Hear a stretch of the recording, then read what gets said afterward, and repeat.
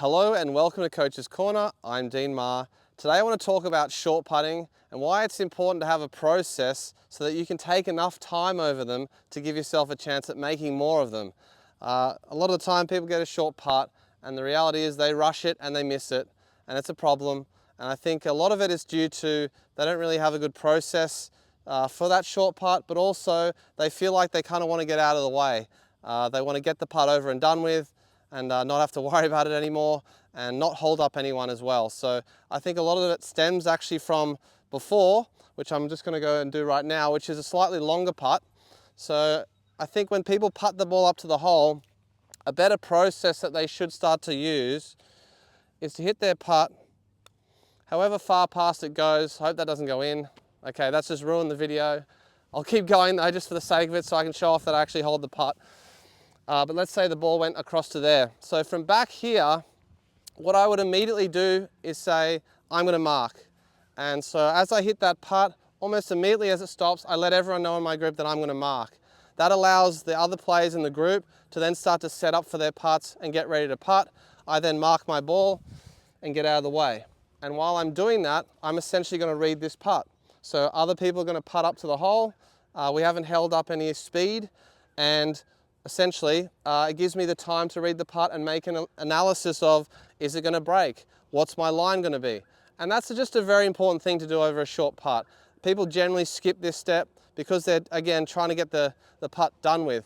And I think a mistake also with speed of play that can occur is if you putt from here and you're wandering up the whole time and people are asking you, oh, are you going to finish? And then you're like, actually, I'll finish. Immediately, it's like, oh, well, okay, I better get this out of the way because it's my turn now.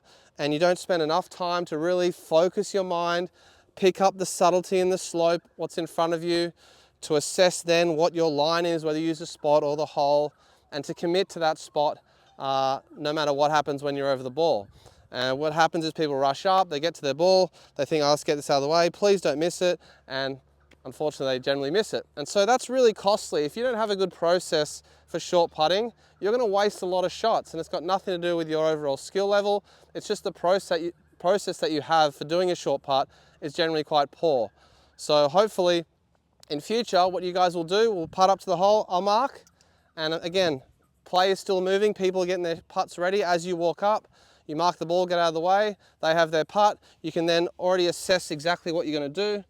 Pick your spot just in front and then set up, go through your normal routine. And because you haven't held up play and because you are focused on a good break, you're going to hold that putt. Thank God that went in.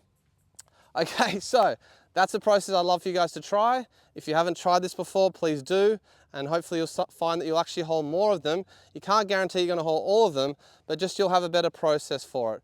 As we know, there are no more gimmies anymore, so I really want to help people understand a really good process for putting these short putts, because I'm sick of seeing people on the golf course wasting a lot of putts and their handicap being a lot higher than it should be just because they don't have a good process for a short putt. So looking forward to hearing how that goes for you. Hopefully it gives you great success.